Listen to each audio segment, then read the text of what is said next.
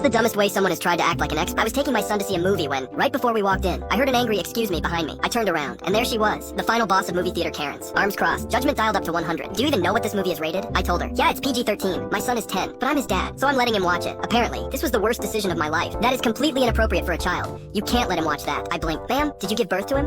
No, then why are we talking? I told her. It's my kid. If I say he can watch it, he can watch it. But instead of realizing this was none of her business, she doubled down. Movies like this will corrupt him. Kids shouldn't be exposed to such violence. Bro, the movie, a superhero movie, with a talking raccoon. I said, ma'am, I promise you, watching a PG-13 movie isn't going to turn my son into a criminal. Then, she pulled the wildest move of all. She ran to get the manager. I kid you not. She dragged the poor guy over like she was making a citizen's arrest. This man is letting his son watch an inappropriate movie. The manager just stared. Okay, she gasped. You need to ban him from the theater. The manager sighed, looked at me, looked at her, and said, ma'am, it's literally a kid's movie. That's when she lost it. She pointed at me like I was on trial for war crimes and screamed, you're a terrible parent, and then stormed out of the theater. I thought that was the end of it. Until 5 minutes later, my son whispered, Dad, isn't that her? I turned my head, and there she was, sitting in the front row, by herself.